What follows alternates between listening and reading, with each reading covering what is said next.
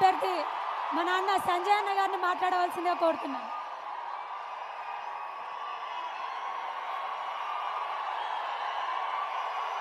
Bharat Mata key, Bharat Mata key.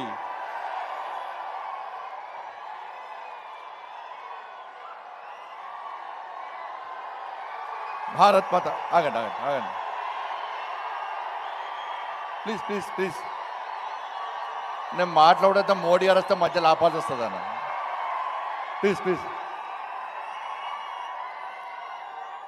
Bharat Mata కీ, జై శ్రీరామ్.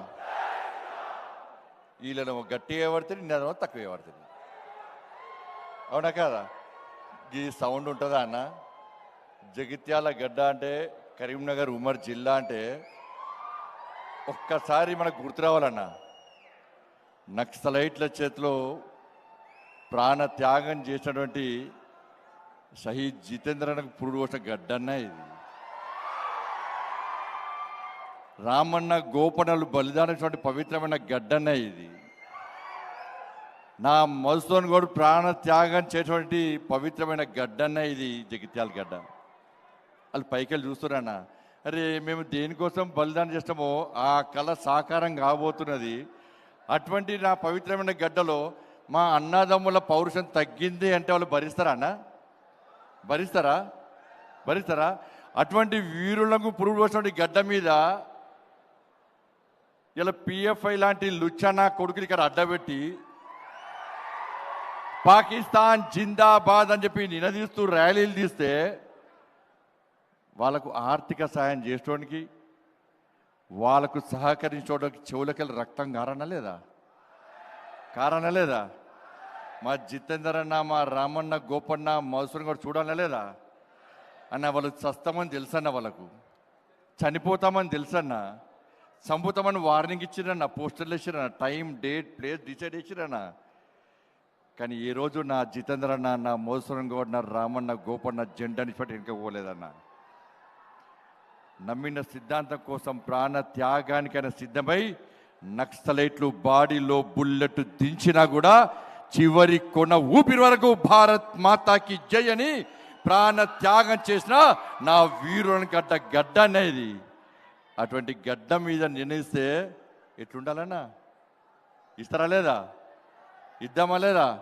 ఎత్తురన్న రెండు చేతుల పైకి. భారత్ మాతాకి, భారత్ మాతాకి జై శ్రీరామ్, జై శ్రీరామ్.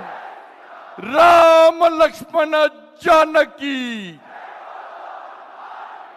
రామ లక్ష్మణ జానకి.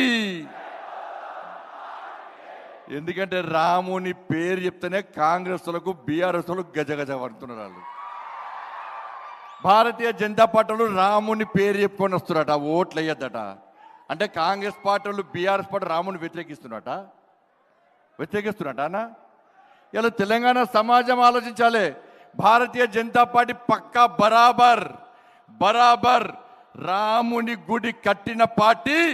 ఈ దేశంలోని ప్రతి హిందువు భాగస్వామ్యంతో భవ్యమైన దివ్యమైన రామ మందిరాన్ని నిర్మించిన పార్టీ భారతీయ జనతా పార్టీ. బరాబర్ రాముని పేరు చెప్పుకొని వస్తాం. మీకు దమ్ముంటే మీరు రాముని వ్యతిరేకిస్తే మీరు బాబర్ పేరు చెప్పుకొని రండి.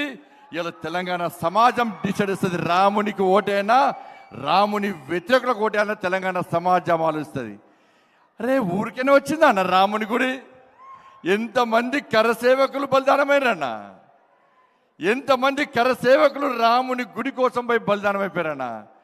ఆ కరసేవకులను కాల్చి చంపినటువంటి మూర్ఖత్వపు ములాయం సింగ్ పార్టీతో పొత్తు పెట్టుకున్న కాంగ్రెస్ పార్టీకి ఈ తెలంగాణ రాష్ట్రంలోని, ఈ దేశంలోని హిందువులు ఏ విధంగా ఓటేయాలని ఓటేస్తారో కాంగ్రెస్ పార్టీ సమాధానం చెప్పాలి.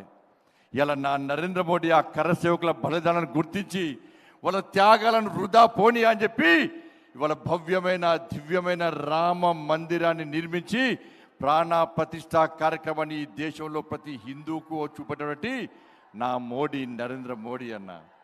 ఇక్కడ దయచేసి ఆలోచించండి. ఇలా వాళ్ళు వీళ్ళు మోడీ గారి మీద కానీ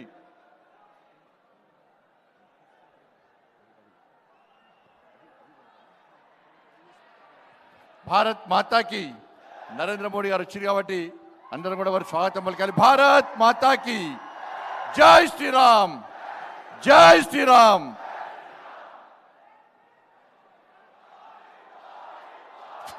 ఇప్పుడు అందరూ ఎంతో ఆతృతగా ఎదురు చూస్తున్నటువంటి మన కమల నాథులు, గౌరవనీయులు, పెద్దలు